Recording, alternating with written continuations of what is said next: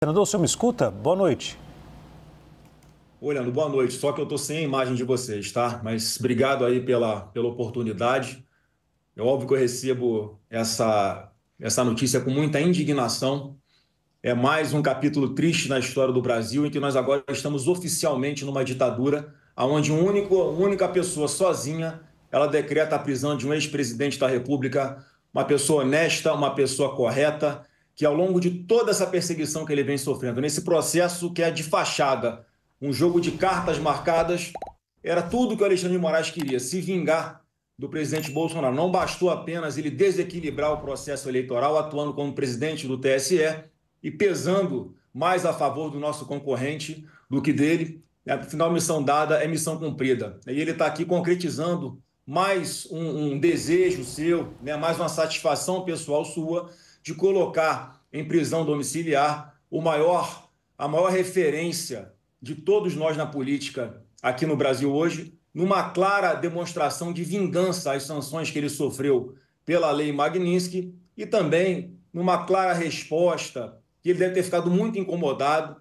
com a resposta, né, com a demonstração de afeto, de carinho, de confiança em Bolsonaro que foi dada ontem em todo o Brasil, onde mais de 1 milhão de pessoas saíram às ruas. Então é muito triste o que o Brasil está vivendo hoje e eu espero, né, que o Supremo em algum momento consiga botar um freio nessa pessoa que está levando não apenas a corte para um grande desgaste, onde a opinião pública já olha para lá um Supremo com muito menos credibilidade do que até o próprio Congresso Nacional, porque uma pessoa que não tem limites, como Alexandre de Moraes, como o Zanin mesmo falou quando era advogado do Lula, não há outro, ou quando não há mais remédio suficiente aqui no Brasil, eficaz aqui no Brasil, para cessar as violações de direitos humanos, nós temos que buscar ajuda internacional, que é o que o Eduardo Bolsonaro foi fazer lá fora.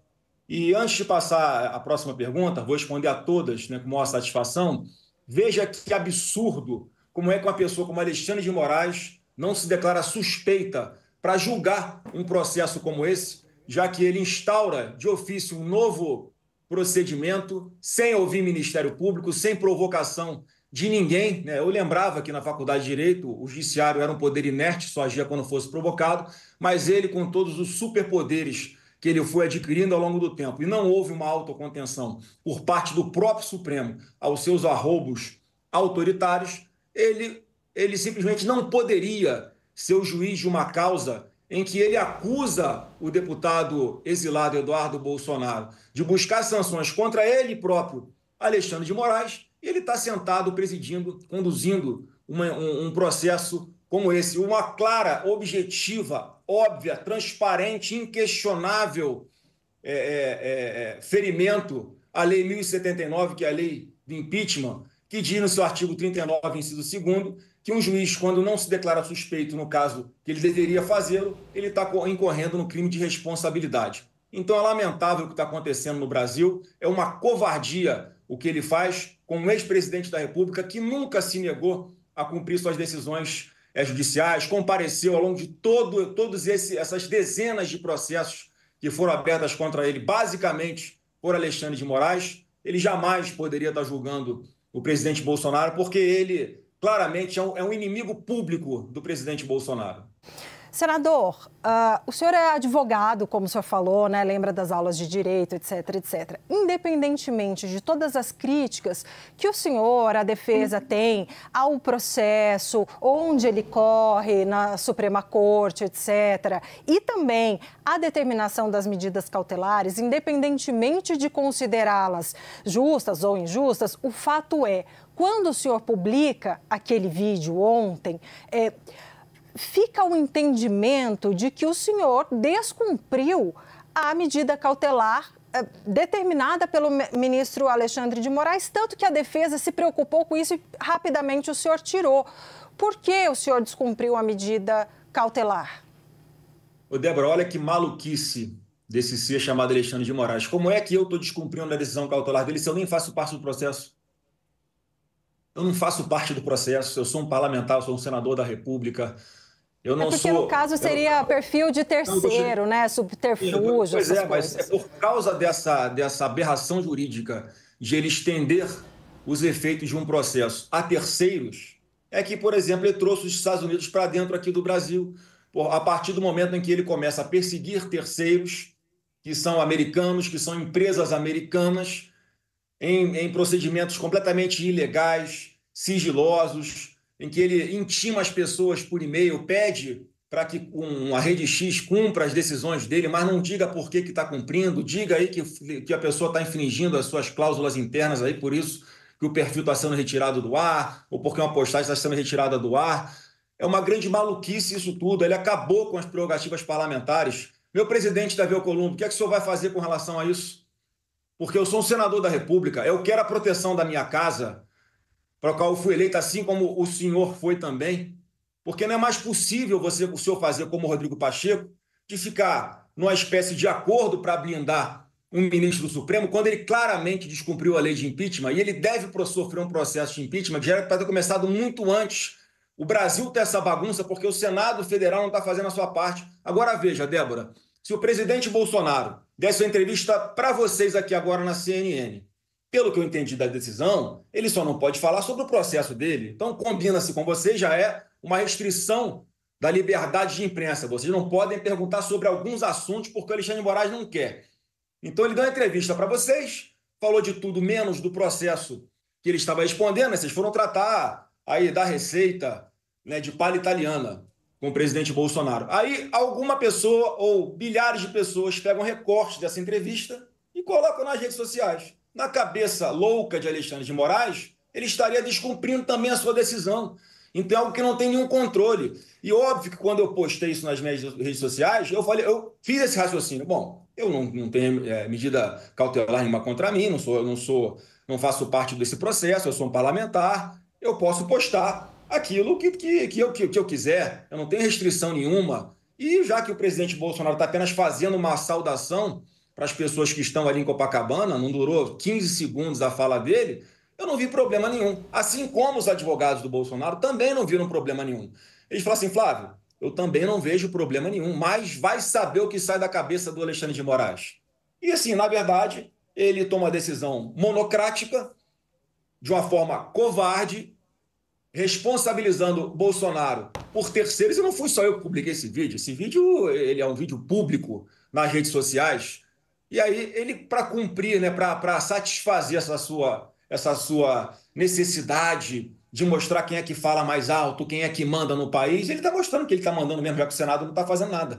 Eu fico muito triste que tenhamos chegado a esse ponto, Débora, porque é uma decisão completamente sem pé nem cabeça, fazer uma espécie de antecipação do cumprimento da pena, promover uma censura prévia, como ele próprio já criticou em outro vídeo que está viralizado aí na internet, ele dando uma aula, porque é que não pode haver censura prévia, as pessoas podem publicar o que quiserem, depois podem ser responsabilizadas por isso, mas ele é o primeiro a descumprir esse preceito, essa garantia fundamental prevista na Constituição, que veda a censura por parte de quem quer que seja. Então ele inventa as medidas cautelares que não estão na lei, que são da cabeça dele, e todo mundo é obrigado a entubar. É isso que está acontecendo. Então, ou nós botamos um freio em Alexandre de Moraes, ou o Brasil vai para uma vala cada vez mais vexaminosa para todo o país, inclusive internacionalmente. Senador, boa noite. Última vez que nos falamos já tem um tempo e fico feliz que as coisas caminharam. Mas imagino que é um dia muito difícil para o senhor hoje, como para a sua família. E a gente tentando fazer uma separação, né? O senhor fez agora, respondendo a pergunta da Débora, uma resposta nessa questão jurídica. Vamos pensar nas questões políticas e questões familiares. O nosso âncora, Gustavo Uribe, traz informação que nem você, nem seus irmãos poderiam visitar o seu pai agora com essa prisão domiciliar. O senhor tem também essa informação? Vão tentar fazer esse pedido junto ao Supremo? E, ao não poder sair de casa, o ex-presidente também vai ter mais dificuldades na questão de estar ali no PL e tentar pensar ali nas próximas eleições. Para vocês, o quanto isso também complica as articulações políticas do partido pensando em 2026? Olha, Larissa, né? Em primeiro lugar, que eu não li a decisão ainda, eu estou sabendo pela imprensa aí, eu não sei nem se procede isso ou não, que eu não posso, né, falar com ele, que eu não posso visitá-lo. Quer dizer, é mais uma decisão absurda, e que estende efeitos de um processo a terceiros que não tem absolutamente nada a ver com isso. E você vê o nível ali, né, de raiva que ele tem, o nível de perseguição que ele quer promover. O presidente Bolsonaro jamais poderia estar sendo julgado por essa turma. Como é que Alexandre de Moraes, o inimigo público dele, pode julgar? Como é que o Flávio Dino, que falava até ontem que ele é o demônio encarnado, que ele não poderia, que o Bolsonaro era uma pessoa que era o próprio diabo, como é que o Zanin, que era advogado do Lula até ontem, e defendia o seu cliente Lula no processo, exatamente atacando esse tipo de arbitrariedade, de ilegalidade que o Alexandre de Moraes está promovendo, ele jamais poderia estar sendo julgado lá, nem no Supremo era para ele estar. Mas, assim, eu quero que as pessoas entendam, em especial, né, Alexandre de Moraes, entendam uma coisa: vocês não vão destruir o bolsonarismo. Vocês não viram as imagens do dia de ontem? Como é que o povo brasileiro está ao lado de Bolsonaro? Uma coisa que eu já falo desde o início desse processo: quanto mais perseguirem Bolsonaro, mais a população se sensibiliza com aquele que é perseguido injustamente. E é o que está acontecendo com o presidente Bolsonaro. Todos nós sabemos que ele não merecia estar passando por isso, que esse duplo padrão de entendimento do judiciário com relação a... O Alexandre de Moraes não tem coragem de fazer isso com traficante de drogas, não faz isso com miliciano, não faz isso com estuprador, mas com Bolsonaro ele faz por quê? Está completando o ciclo de tentar tirá-lo da vida pública. Então tem uma péssima notícia para dar para o Alexandre de Moraes. Isso só vai fortalecer cada vez mais Bolsonaro. Isso só vai nos dar ainda mais motivação para continuar defendendo esse legado de honestidade, de prosperidade que o presidente Bolsonaro começou e que, no meu ponto de vista, na minha opinião, se ainda vale o artigo 53 da Constituição Federal, onde um parlamentar deveria ser... que não poderia ser processado por suas opiniões, palavras e votos, e não poderia ser civil e criminalmente por quaisquer opiniões, palavras e votos. A minha opinião é que a atuação dele enquanto presidente do TSE já desequilibrou a disputa eleitoral. E desde então, sistematicamente, o que ele vem fazendo é promover uma perseguição com todas as nulidades que existem na legislação. Ele ignora, atropela todas as garantias fundamentais, devido ao processo legal, faz ficha anti-expedition toda hora, não se declara suspeito quando tem que se declarar suspeito, ele inventa medidas cautelares que não estão na lei da sua cabeça e tudo fica por isso mesmo. O Brasil tem essa bagunça, em especial por causa do Alexandre de Moraes. Então, eu mais uma vez, o que está na Constituição que a gente tem que continuar defendendo, como já vínhamos defendendo muito antes disso tudo, Larissa, é que ele seja impedido, ele tem que sofrer o impeachment. Essa pessoa não tem mais condições de ser um ministro da mais alta corte do judiciário desse Brasil. Desculpa, Leandro, só fazer um adendo para ele, porque ele não respondeu toda a pergunta. Se o senhor puder só responder o final da minha pergunta para a gente passar para o colega também que quer participar dessa entrevista tão importante neste dia, senador. E a questão política, como vocês veem esse cálculo hoje e como isso vai complicar a vida enquanto partido, né? Um dos principais nomes, o principal nome do partido, daqui para diante, pensando já em 2026? Olha, isso eu vou ter que fazer uma avaliação junto com os nossos aliados, como é que a gente vai dar os passos daqui para frente. E você vê que o Alexandre de Moraes, a todo momento, ele tenta dificultar essa interação do presidente Bolsonaro com os seus aliados, né, com as suas bases. Já tinha feito isso lá atrás, proibindo o Bolsonaro de falar com o presidente do seu próprio partido, o presidente Valdemar. Então, ele, a todo momento, ele inventa mecanismos para tentar diminuir a nossa atuação política, mas, repito, isso só vai ter o efeito inverso do que o Alexandre de Moraes quer. Pode ter certeza, tem diversas lideranças que o presidente Bolsonaro deixou aí que vão continuar fazendo a sua atuação, ainda cada vez com mais coragem. Eu não sei como será daqui para frente com relação às orientações que ele possa dar, às opiniões que ele possa dar. Mas o fato é que a gente vai continuar nesse caminho. A única certeza que eu tenho é que o PT sai do governo em 2027. Senador, o senhor chegou a falar com o seu irmão, o deputado Eduardo Bolsonaro, justamente para tentar, já para comunicar esse fato e tentar alguma articulação com a Casa Branca? Quer dizer, o Leandro te pergunta, né, se o senhor avalia que se vai ter ou não alguma reação. A minha pergunta agora é no caminho contrário. Gostaria de saber se os senhores vão continuar trabalhando, o Eduardo, que está fazendo esse trabalho de interlocução direto com a Casa Branca, se o deputado Eduardo vai tomar uma atitude e já está acionando os contatos na Casa Branca para ver outras medidas que possam ser tomadas na avaliação de vocês, ou em relação ao governo brasileiro, ou em relação à nossa Suprema Corte. Olha, Débora, a essa altura eu acredito que o Eduardo já esteja sabendo do que está acontecendo aqui no Brasil. O senhor não falou com ele ainda? Não, só que mais uma vez, as medidas que o presidente Trump toma não são por manipulação do Eduardo Bolsonaro, pelo amor de Deus. Não dá para acreditar que ele possa, de alguma forma, manipular, induzir uma pessoa como o Trump a erro, a levar em consideração apenas o que o Eduardo fala. O Eduardo apenas atualiza as pessoas na Casa Branca do que está acontecendo aqui no Brasil. As medidas que são tomadas não estão na alçada do Eduardo Bolsonaro.